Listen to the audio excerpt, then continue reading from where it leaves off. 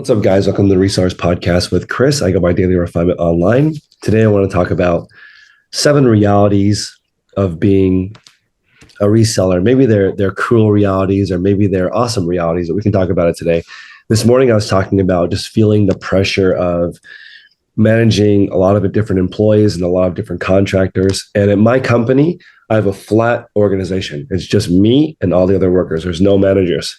I'm the only person that gives out rules. And this morning, people were talking about delegation. And essentially, you're supposed to come up with the task that you want to delegate, find somebody you trust, hand it off.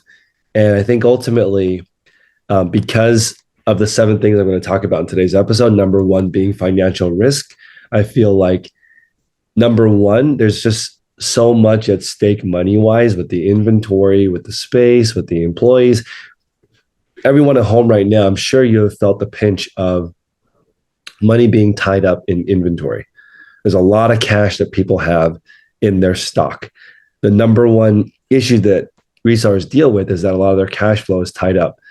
When you go to a regular job, you don't have to invest any of your own money. You go there, use the company's supplies, equipment, you use their process, and then you go home. But when you run your own business, there's a lot of financial risk. You have your own bills that you need to pay. You have maybe people who help you. You have vendors. You have to go out and spend your own gas in your own car. And I do think entrepreneurship is a privilege. If you get to work for yourself, you get to make your own rules, your own schedule. That's a really, really powerful, special thing that you get to do as an entrepreneur. And being a reseller is no different. You are the owner of your reselling business. You're the manager of yourself, and you're also the reseller worker inside of your company.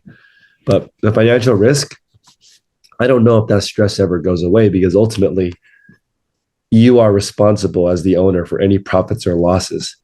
So you can delegate the work, but that work, if it's not done at the highest quality, resulting in a happy customer, then you're risking the item being returned or charged back. And I think that this morning, Claudia really, gave me some hope, because I was feeling a little bit down about how hard this is. She said that she gets a lot of energy from a positive review. And I think that that's really why we're all doing this, because ultimately when you deliver a goods or service to somebody and they're satisfied and they take the time to actually write you a review, then you've gone above and beyond for them, and they go above and beyond and actually leave you a review. They take time out of their day and leave you a free review. They do not get paid for that. I think that social credit is really cool, because there's feedback on eBay, there's feedback on every single platform. Sometimes if I'm feeling down, I can just read a couple of reviews and people say, hey, you delivered exactly what I was looking for. Way more than I thought, way better than I thought, better than the pictures, arrived faster than expected. That really does help. Second, you have all this financial risk. There's also the workload, right?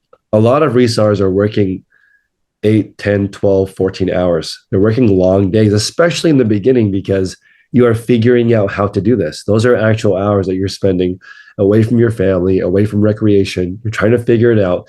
I think got to be one of the new concepts of the new century has got to be side hustle.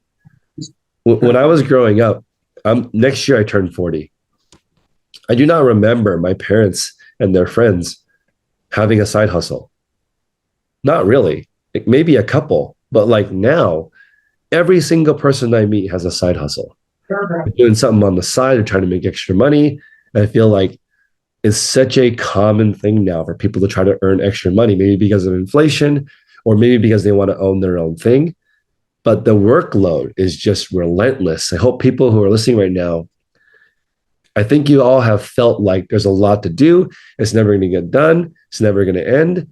And I think that without something to look forward to, if you don't have dinner with a friend on Friday, or you're saving for early retirement, or there's a hobby you want to go to, there's a trip that you want to go to, without that, there's never a break.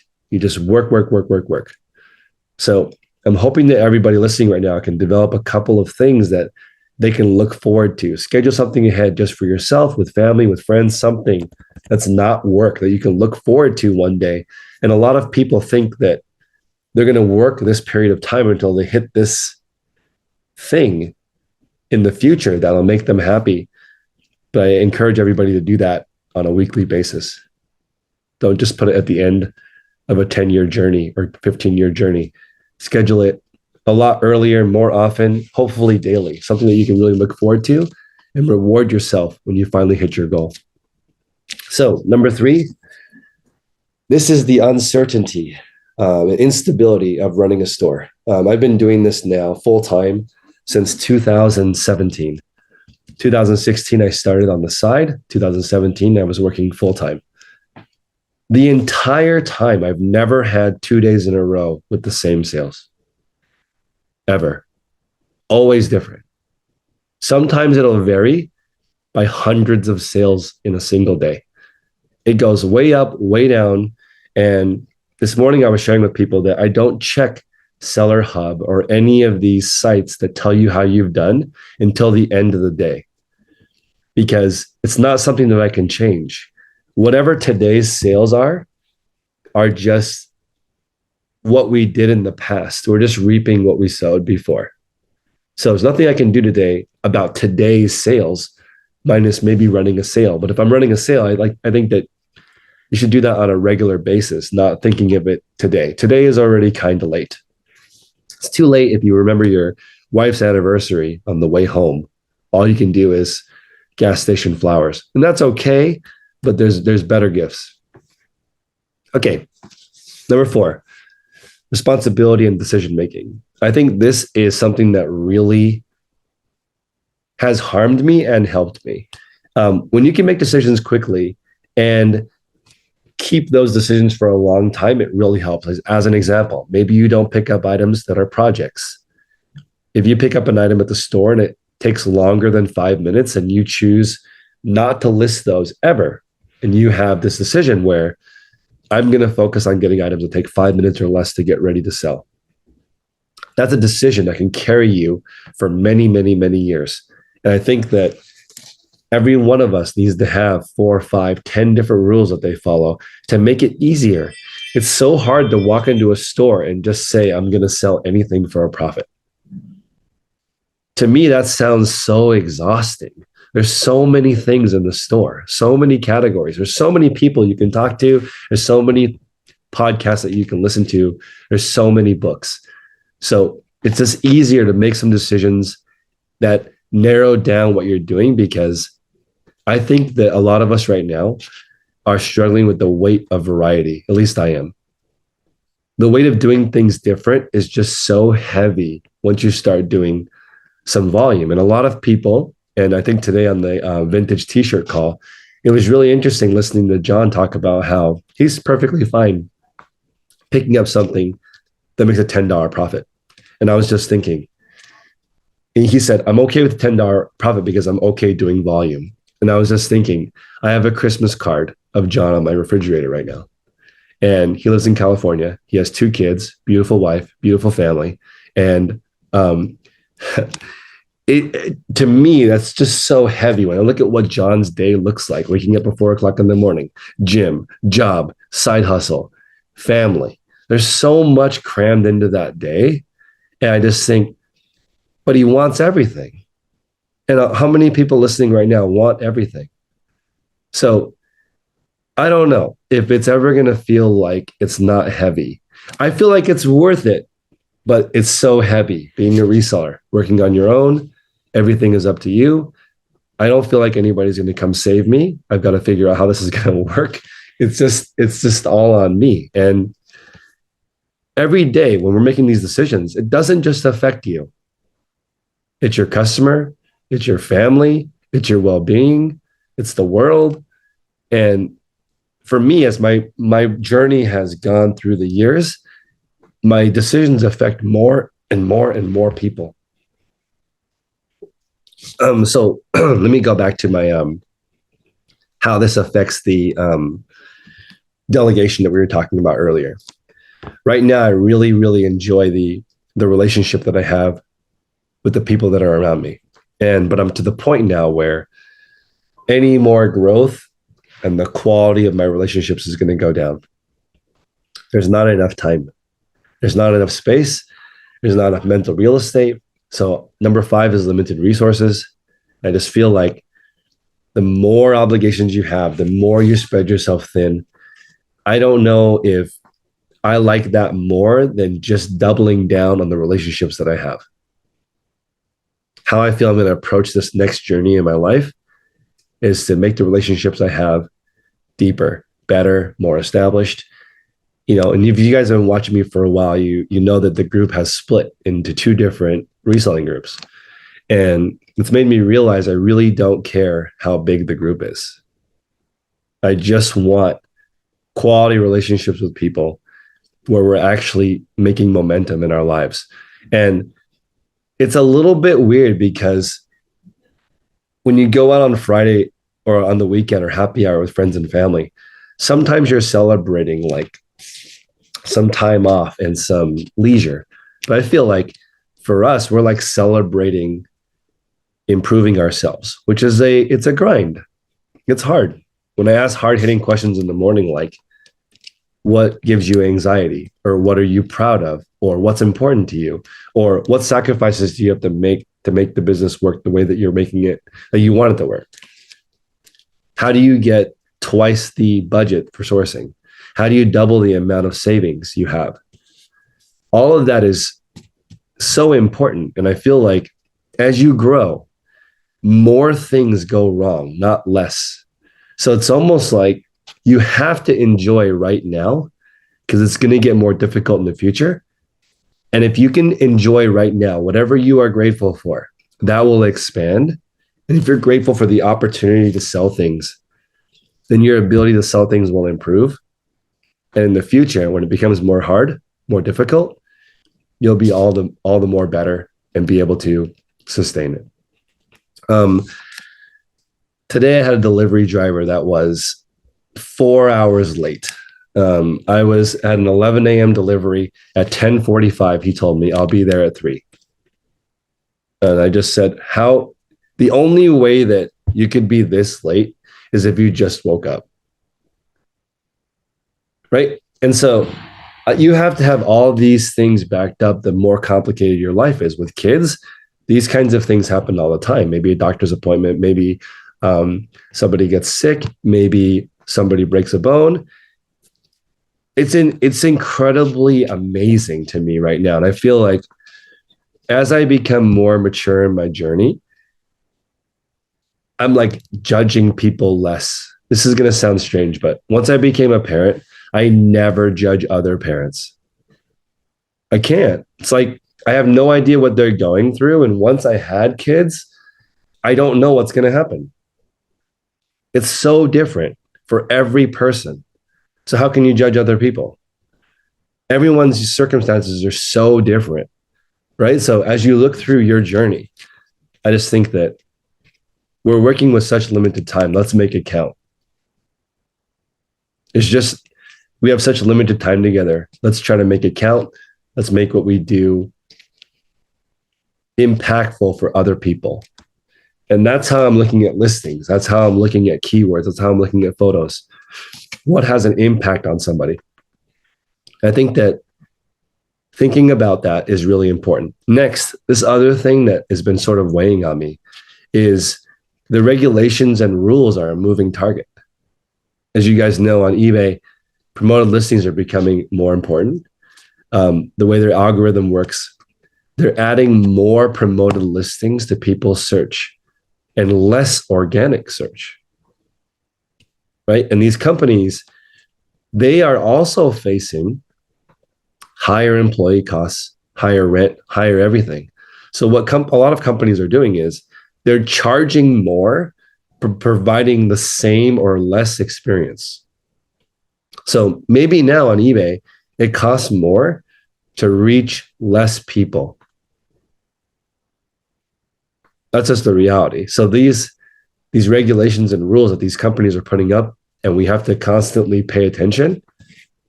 I wouldn't say it's got me down, but it's got me thinking like I'm supposedly working for myself, but I'm really at the mercy of these websites, right? YouTube controls who watches videos.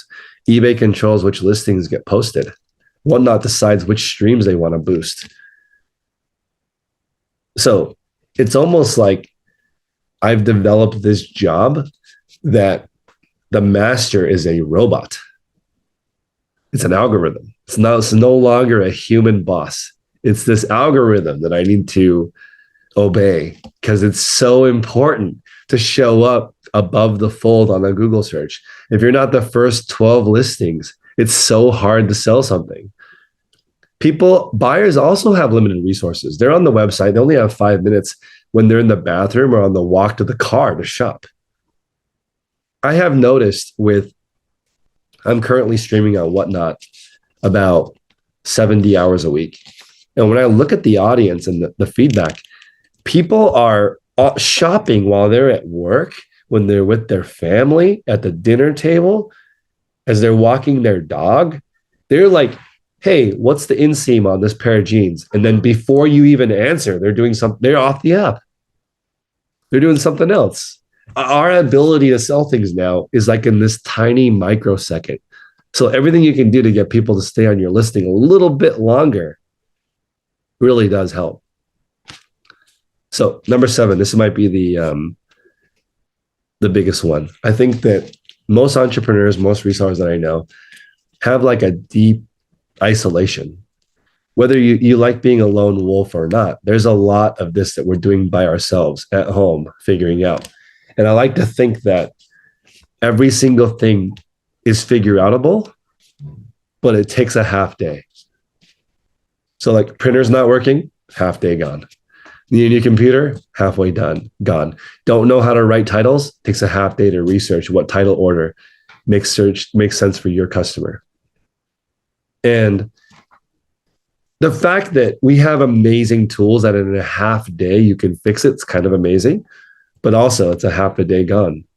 So everything compounds. And I'm just thinking to myself almost every single day, it's so weird being in this isolated world where everyone is sort of doing their own thing. On my live this week, I talked about the impact of Shein and TikTok and Instagram and YouTube Shorts specifically, where people's attention is now shrunk into this 1 minute cheap items that are novel, variety, different, and then also unique. So like unique, random, inexpensive, trendy. And people are being programmed for this. And I feel like all the progress is made in really becoming an expert, which takes time. And time is money, so it's expensive. It takes a lot of resources to really get into something. And it's just very, very lonely being an entrepreneur and a reseller. Some people do like it, but there's a lot of isolation. A lot of this is figuring out in your room by yourself, sitting down with a notebook and writing down your goals, figuring out what you want, what the price you need to pay to get it. And it's a lot. I just feel like this crazy weight of there's so much to do always. There's so many things to learn. There's so many competitors. And then on the flip side, I feel like there's never been a chance with so many opportunities. I just cannot believe how many people there are and how many needs there are and how much disposable income is still out there. I was looking at a company earlier and it blew my mind. It's a Fortune 100 company. And right now in my business, on average, I sell an item every 2 minutes all day. Every 2 minutes, I get a sale on average. This company is in the Fortune 500. They have 1,400 sales every minute. So it made me think, because I had never heard a CEO say that. And the CEO went on stage and said, we sell 1,400 things a minute, 24 hours a day, all year. And it made me think, wow, we live in a world where somebody invented that company. A normal person came up with that idea, and now they sell 1,400 things every minute. I have like a pretty big operation for an entrepreneur, like a solopreneur.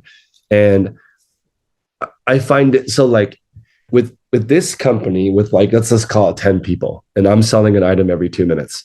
What does it look like selling essentially 2,800 items every 2 minutes? There's a company that's 1,400 times bigger than me. So, like, in every one day they're open is like 50 years of my life every day that they're open. 100,000 plus people work there. And I was just thinking, how can we be the same species? We're on the same planet, right? The person that started it is like not that much older than me. And it was from nothing. So it's like very, very, very inspiring to me that just regular people can create a company that has that much reach, 100,000 employees, millions and millions and millions of customers. Started from one person. And back to the delegation thing. If you are to the point where you have X number of employees, you're kind of just an office worker. You're at home, like, how much do we need for payroll? How much do we need for supplies? How big of our building do we need? But you don't have any time to actually go look at any of those things because the scale is so large. But when you're a solopreneur, every single part of your business is bespoke. Your desk is the way you want it to be. Your chair is the height you want it to be. You go to the post office, so you have a specific route that you like to go. You stop at this coffee shop to get this latte the way you like it. Your lights are set up for your height. You wear these shoes because you like them. It's just so crazy how customizable our businesses are. You could have no employees or 100,000 employees. Same person, same lifetime. Last month, Charlie Munger passed, and he was one of the great investors of our time. And when you've ever listened to him, he talks about investing in sure things. And that just makes me think, in our age, maybe that's even more true than before. There's so many things that work. Brands come out with 100 different designs. 5 of those designs do really well. Our job is to figure out what 5 designs sell really well, because as resellers, we don't need to sell everything. We can just pick it. Madra in the chat is asking how to be self-motivating. I don't know if you can. I think that your plan needs to be strong enough that you just follow the plan. When you go to your job, they lay out what you're supposed to do for the day. That's how you do self-motivation. You have to have a plan. There's no version of reselling where you just accidentally get to your goal. I've never seen it. Like, I started listening to a couple of things, all of a sudden I'm paying my bills. That doesn't really happen. Have to have some plans, have to do a little research, a little education. And I just cannot believe the opportunities we have, how competitive it is, how many resources we have at our disposal, how many people we can learn from. Before everybody starts their own business right now, or if you're in your own business right now, I want you guys to evaluate how much money have you put into this? Are you at the point where you're only taking money out of your business? It's mature. Are you in the growth stage right now where you are adding in more money? Are you in the beginning stage where you're selling stuff that you already own and there's no financial risk? You're just only printing money from things you've already bought? You have to manage your workload and your stress. How much work do you need to do before you can continue? For me, if I'm not getting good sleep, if I'm not eating right, I can't do it. It's just too much. Do you have enough things to look forward to? Having kids has been like it's been just the most glorious thing ever to watch something grow from literally nothing, learn and pick up all these different skills along the way. It's just incredible. This world, I cannot cease to just be absolutely amazed at everything. When I just look at how sophisticated things are, how can the post office deliver to anywhere in the country in under a week? That's available to us. How can eBay or Amazon or whatnot find a customer for us in 1 minute? Everyone listening right now is listening to something that's sold immediately. How is that even possible? You found it, you posted it, it's sold immediately. That is amazing. So we have all this risk, we have this crazy workload where we're doing things all day, and it's completely unstable. Isn't that the craziest thing ever? When we sign up to be an entrepreneur, when you sign up to be a reseller, you never make the same amount of money 2 days in a row again. We signed up for that. Do you want to come to a job where you have no idea how much money you're going to make? That's what we're doing right now. And I'm just impressed with anybody who's trying to do this journey. That's a lot. It's very, very difficult. That find the motivation to just start. Madra is asking how to be self-motivating. You've already started. You're already on this journey. The hardest part is starting. The momentum is the most important part to keep, but the hardest part is starting. Then the responsibility part of decision making. Think hard and long when you make a decision, and then be a little bit slower to change it. And I think that'll prevent the squirrel.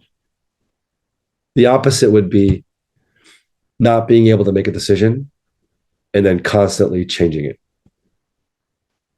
So think before you make a decision, try it, and then stick with it for a while.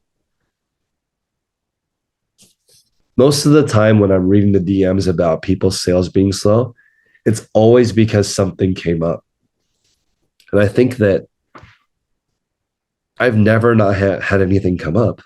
It's just part of life. There's so many problems. I can't even put into words how many problems happen with my operation. And it's just normal.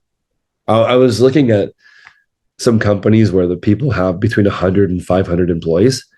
Every day there's like a novel of problems that happens. Like 800 problems a day at this company happen. Like missing every single department has like 10 little mini disasters. Because that's just what entrepreneurship is. Maybe reselling is one of the most imperfect businesses that I have ever seen. So freaking imperfect. You can find an item that's destroyed, stepped on, covered in grease. Somebody out there might think that's a unique, special marquee piece. You can have another item, perfect condition, sealed from the 60s, and have no value. It's just such a crazy range of like, could be completely destroyed, worth a fortune. Perfect, pristine condition, not worth anything. Alicia said that she's not prepared. Alicia said she's not prepared for how drastic the pay swing would be when she first started. And I just think to myself, I went from making $12,000 a month to zero when I started. When I decided to embark on being an entrepreneur, I just went straight into trying to figure it out. And it's just the golden handcuffs of working for somebody else. Maybe the golden handcuffs are working for yourself. Isn't that interesting? What if getting a job was actually how you set yourself free? I don't think that's the case, but I like to think of opposites sometimes to see if we're really doing the right thing.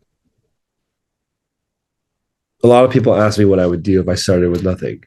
And I definitely gravitate towards full-time job, part-time freedom.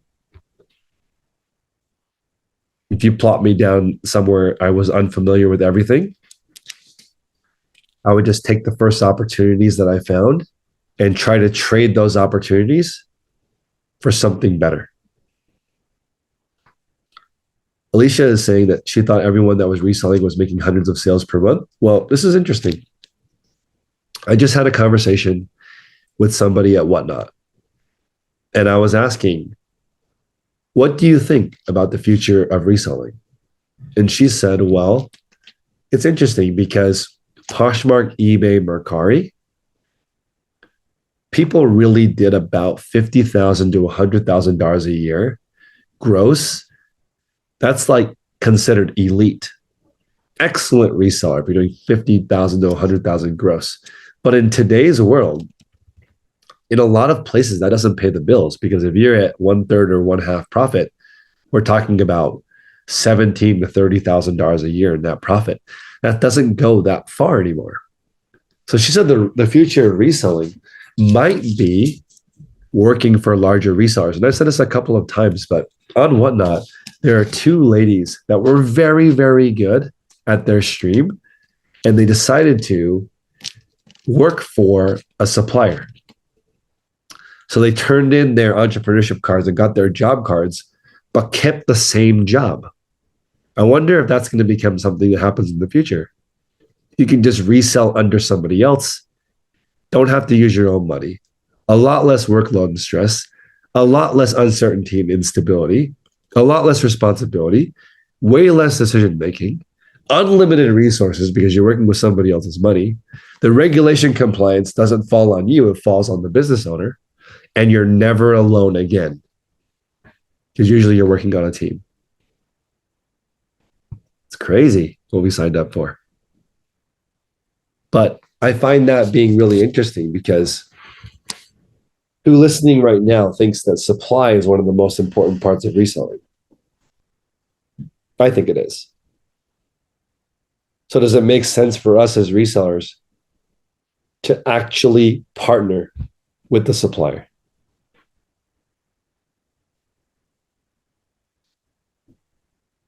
Because to me, it seems like that makes more sense than looking for random supply every day. Because right now, your trading partner most likely is Goodwill or Salvation Army or the local garage sale. The thing is, the local garage sale, that's a business partner that you only do business with maybe once or twice in your life. Alicia's asking if I'm taking consignment. I am not, but I think that there is so much supply right now that you could definitely work for somebody who has supply, and you can limit a lot of these things right now. Because if I were to say, hey, welcome to being a reseller, you have to put up a lot of money, have to work long hours, you have no idea how much money you're going to make, you have to make a lot of decisions, you're responsible for everything, there's limited resources in your day, limited time, space, and money. There's constantly changing on the platforms, constant change on the platforms, and you have to mostly work alone. Do you sign up for that? Or do you look at it from this point of view? I can make as much money as I want. I can pick my entire schedule. I get to pick how successful my business is. It's all my decisions and all my doing. Nobody else has a say over my business. I can put as much or as little as I want into my business. No one can tell me what to do. These platforms don't own me. I can go to whatever platform will have me. And I don't have to work alone. I have my internet friends I can talk to every day. It's just interesting how you look at it. The exact same things happen. Go ahead, Sally. You're scaring me a little bit. Usually I come to the podcast and I find in a ship that is drifting a little bit, I find something to anchor to. And you're scaring me a little bit. It's almost like I feel like, maybe it's not worth it. So there must be a reason why you do it in spite of these things. Or are you not happy that you're doing it? Do you wish you had done something differently? If you could start again, would you do the same things you have done? Not the mistakes, but I mean, would you point that ship in the same direction? Because you're scaring me a little bit. I would. I think ultimately, when it boils down to what I find valuable, for me, it's service. So I think that when you are an entrepreneur, it brings you as close as you can to the service because you have to understand everything. And it's a really, really powerful way to connect with other people is the connection part. It's worth all these 7 things I just mentioned. It's worth it because I can tell you for sure, as hard as it is, way better than when I had a job. But if I'm not really, oh yeah, I don't care about the service. I do enough stuff for people, and I don't have an overwhelming desire to make people happy. I'd really like an income.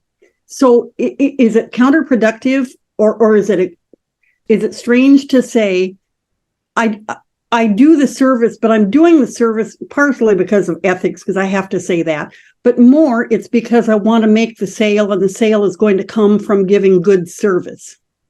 Chicken and egg? You know what's interesting? When you just said that, this is what I think of it as if you're trying to make an income and you're starting, you're like on solid ground. But to get to the income, you have to walk through mud. I feel like you have to walk through this muddy pond. But then once you get to the other side, you have your income. But it's like this swamp that you're walking through. Is the muddy pond the process of learning what it takes to make the sale? Is that what the muddy pond is? And is that what the group provides is as a path through the muddy pond, or some rocks to step on as you go through the muddy pond?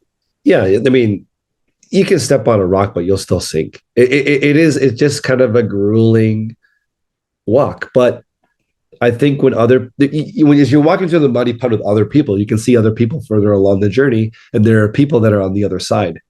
It's just that the people on the other side, they have mud on their shoes. It just took some time and some finesse to get there. There's no shortcut. You have to walk through the mud. Everyone that's made it, that makes a full-time income, I feel like you have lived an entire lifetime extra than people who have never made a business work. I love comparing my mud scars with people. My boots have a lot of mud on them. A lot of stuff has happened building this and meeting all these different people and figuring out how things work. But 100% worth it. I wouldn't trade it. But it's been hard. So it's weird, like saying that. It makes me feel like all the things that are worth it are hard. But like, who wants to sign up for that?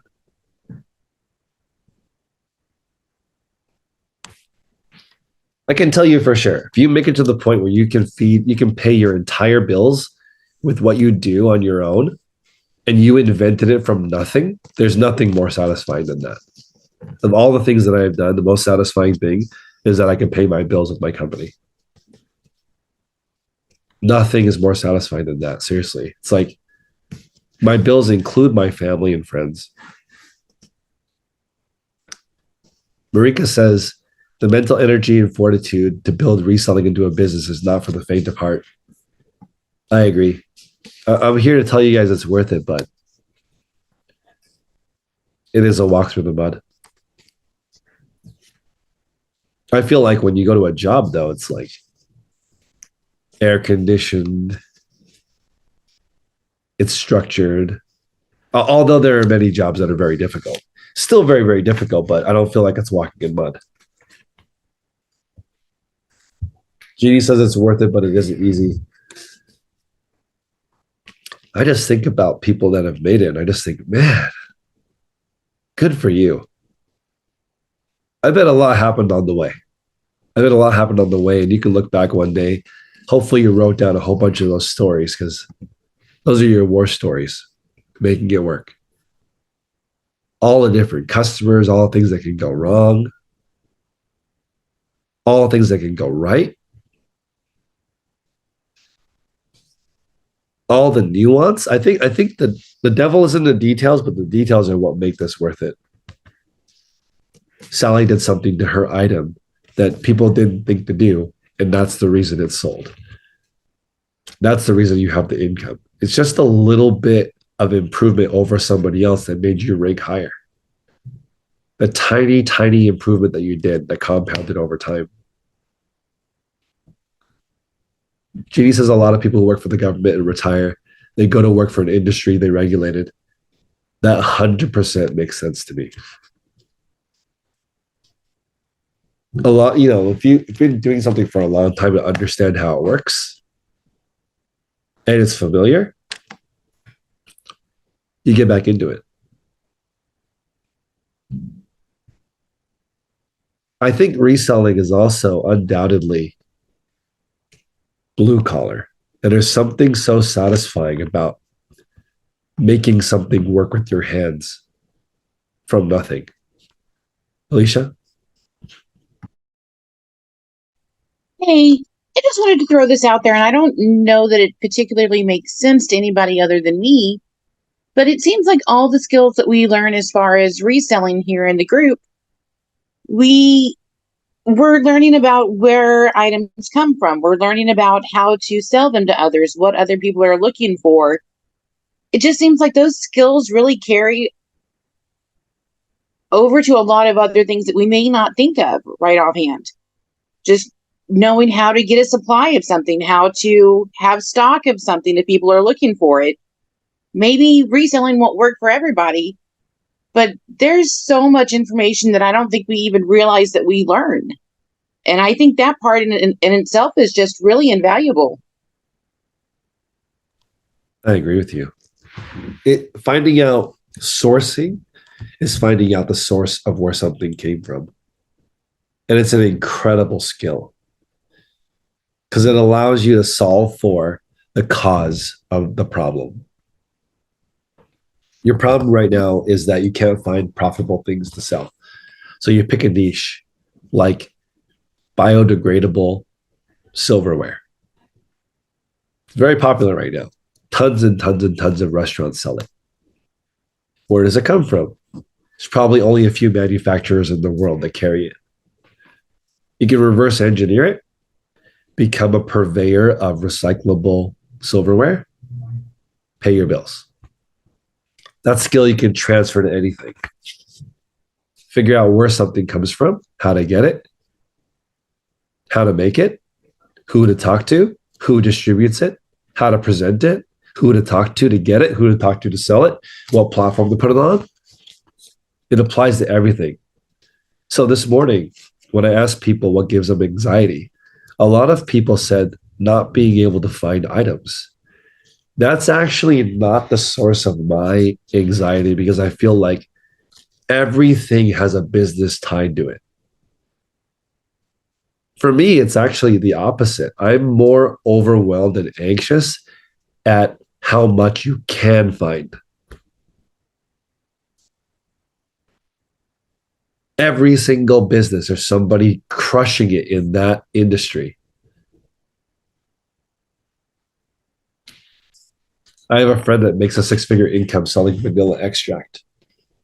That's one thing, and it's like $1. But there's just so many people out there that will pay for a premium vanilla bean. I just can't believe that industry exists, but it does. And you can do very, very, very well at it. Every business is like this. The levels start from entry level all the way to the top.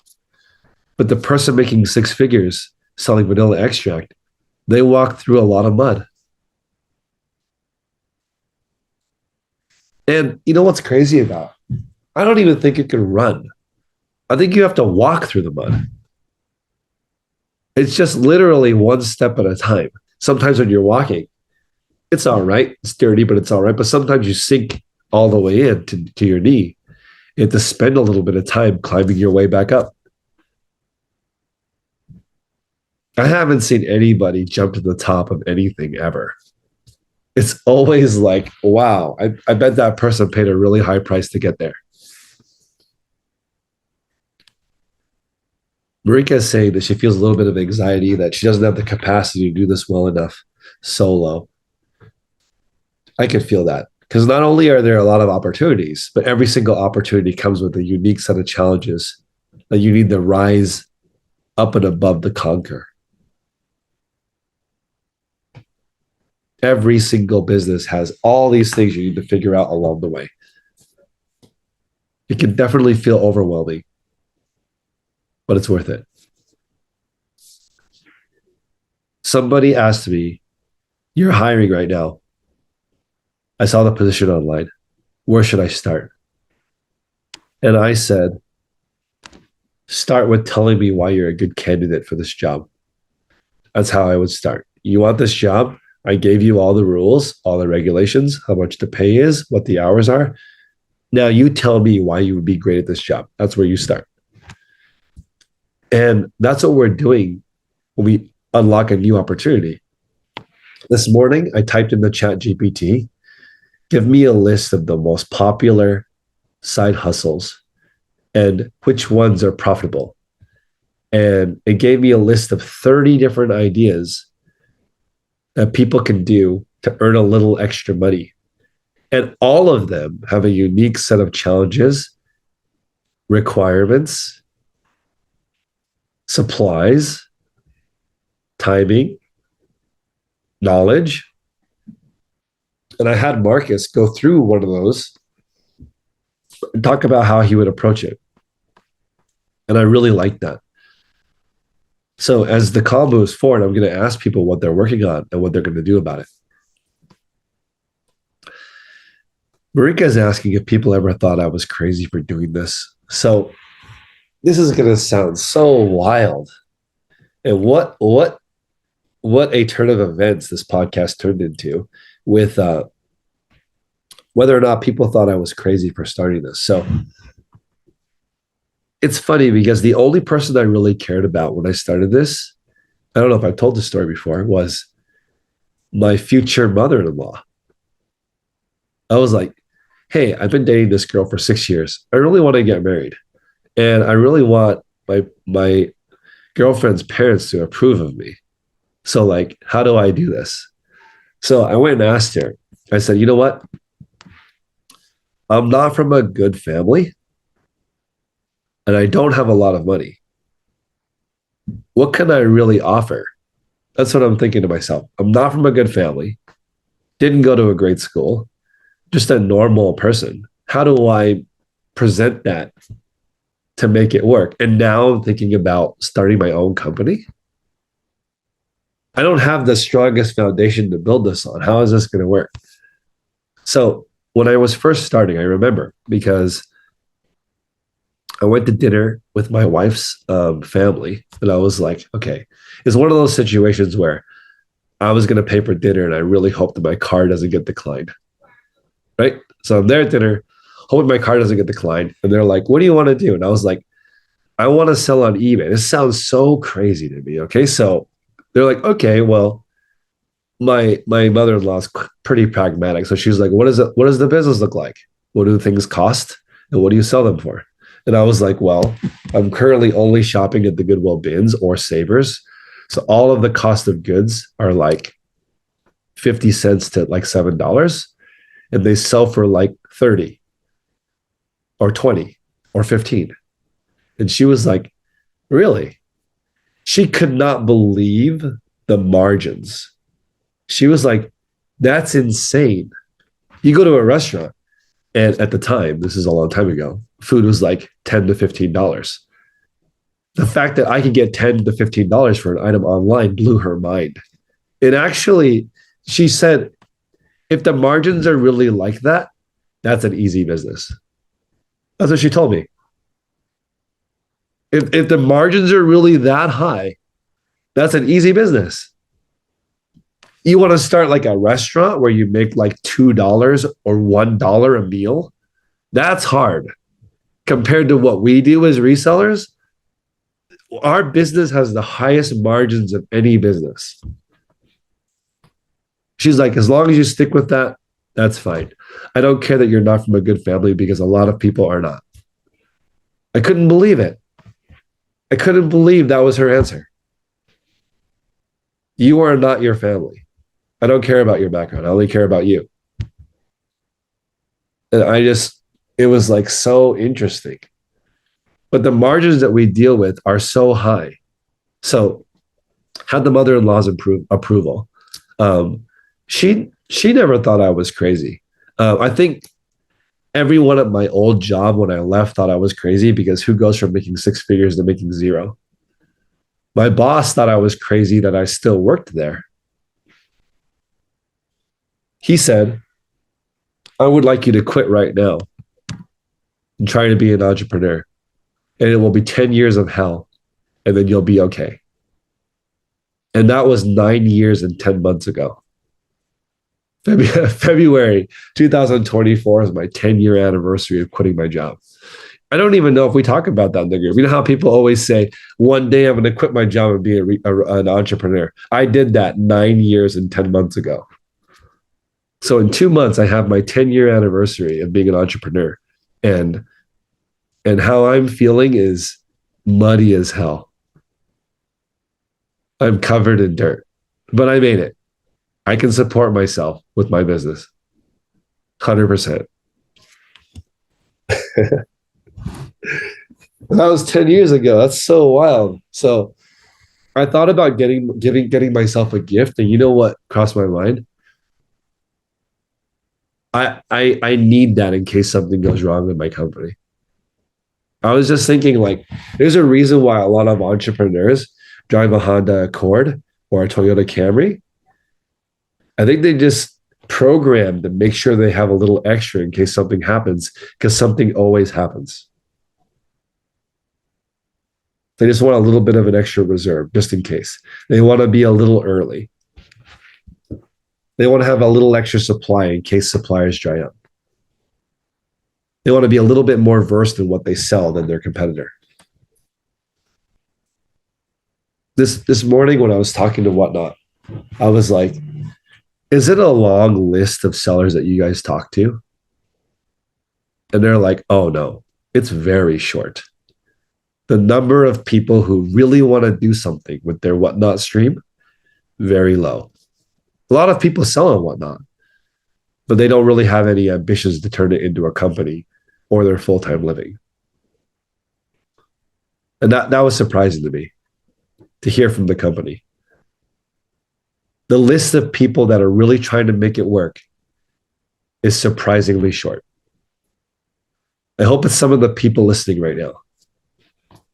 And I wonder what I will be like in 10 more years. I guess I'm going to leave you guys with another thought. I was listening to the CEO of a company called Basementy, and he does all things basement related.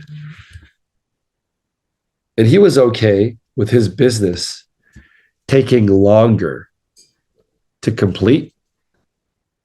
He was not in a hurry. So he got to where he wanted his business to be, but it took him 40 years. So that's I don't know if that's inspiring or depressing to me, because that means I'm not done walking through the mud. He just turned 59 years old, and he started his business when he was 19. He was like, I'm just starting to get the hang of it. And I was just like, wow, that's a long journey. That's a long journey. And that's where we're at. Everybody here is embarking on a journey that they chose, right? You chose to pick a job or an occupation where you're putting your own money on the line. You're working a lot. It's uncertain. It's not necessarily stable. All the responsibility is on you. You have limited time and resources. You're at the mercy of all the regulation on that platform, and you're going to be doing a lot of it by yourself. You're going to reach this actualization part of your life where you can actually pay your bills with what you do, and it's glorious. And people will literally not believe you. You can really make a living working for yourself. It's surprisingly rare. It's surprisingly rare. So I want you guys to really understand what you're going through right now is rare air.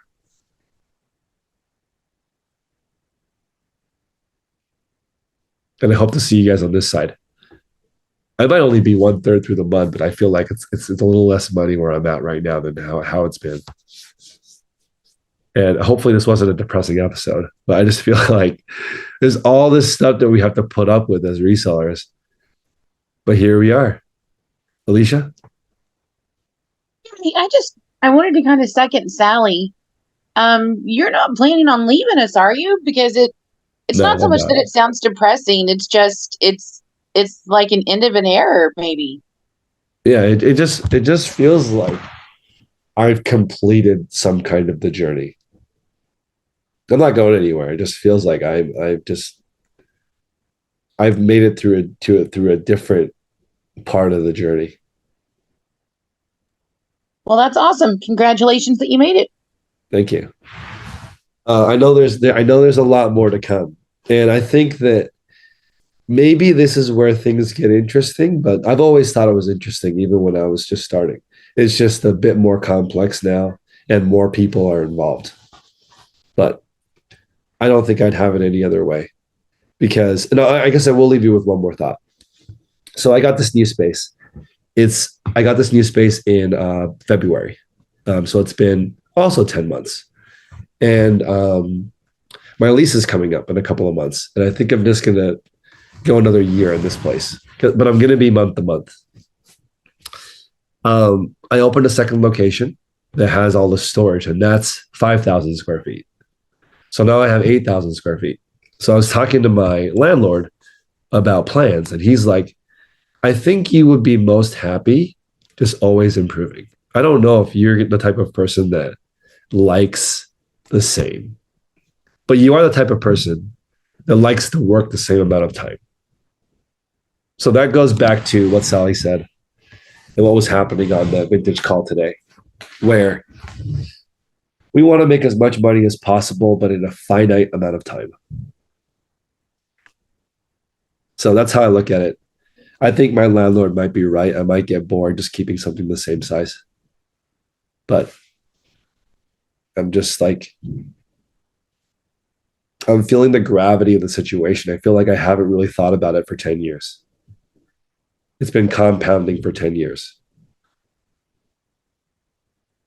All right, guys. Appreciate everybody. We'll see you guys next week. Thank you.